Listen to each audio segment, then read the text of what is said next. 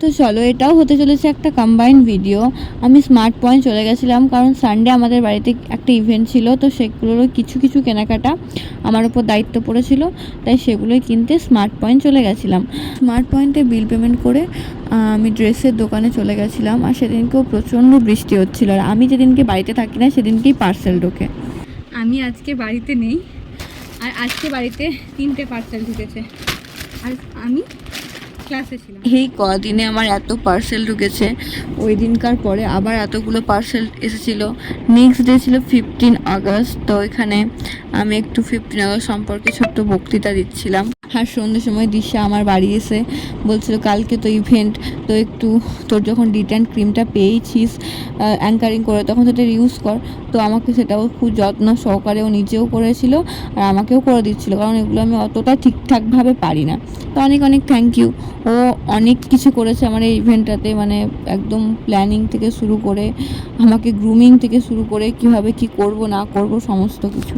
ইভেন্টের দিনও আমার অনেকগুলো পার্সেল ঢুকেছিল, আর সবগুলোই 2 ডে ডেলিভারির মধ্যে এসেছিলো বলেই, কারণ এত জলদি সমস্ত কিছু আয়োজন করা হয়েছিল যে আমার মানে আইডিয়াই ছিল না যে 2 ডে ডেলিভারিটাও আসতে পারে আমাদের এখানে। আর ইভেন্টের দিনের ভিডিও খুব জলদি আসছে, এটা আমি আখের দিকে মানে ইভেন্টের পরের দিন ছাড়তে স্টেশন গেছিলাম।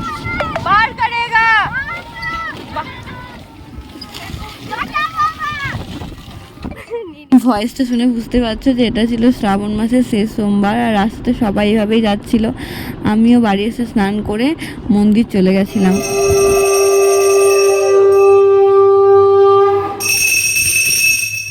এই যে এখানে ভাই, আনন্দ মামা, আরও অনেকে গেছিলো, যারা বহরমপুর থেকে হেঁটে হেঁটে জল নিয়ে এসেছে। আর অনেকে বাইকেও গেছিলো সেদিনকে ভোরবেলা, আর সন্ধ্যেতেও বেরিয়েছিল অনেকে। আর এখানে সমস্ত বাঘগুলো ঝুলিয়ে রেখেছিল। দুপুরে খাওয়া দাওয়ারও ব্যবস্থা ছিল আমাদের গ্রামে। আর এই যে আমাদের যে ইভেন্টটা ছিল সেখানে আমার বোনঝিরাও এসেছিলো। কাল থেকে চাপ আছে আমার, কালকে অনেক রাত্রে প্রায় 3টে নাগাদ আমি ঘুমিয়েছি। তো আজকে শেষ সোমবার, জল ঢেলে এলাম, এবার আমি খেতে বসলাম। মিষ্টু পুরো সোমবার জুড়ে নিরামিষ খায়, আর সেদিনকে যেহেতু দিশাদের বাড়িতে খাওয়া দাওয়ার ব্যবস্থা ছিল, তাই আমি আর দিশা মিলে মিষ্টুকে স্কুলে খাবার দিতে যাচ্ছিলাম। আর এই যে গ্রামে এখানে মৎসব শুরু হয়ে গেছে, আমি দিশা কাকিমাও একসাথে খেয়ে নিলাম। আর এই খাওয়া দাওয়ার 1 ঘন্টার মধ্যে বৃষ্টি শুরু হয়েছিল। আমি টিউশন পড়াতে যেতে পারছিলাম না, তারপর একটু লেটই হয়ে গেছিলো পড়াতে যেতে।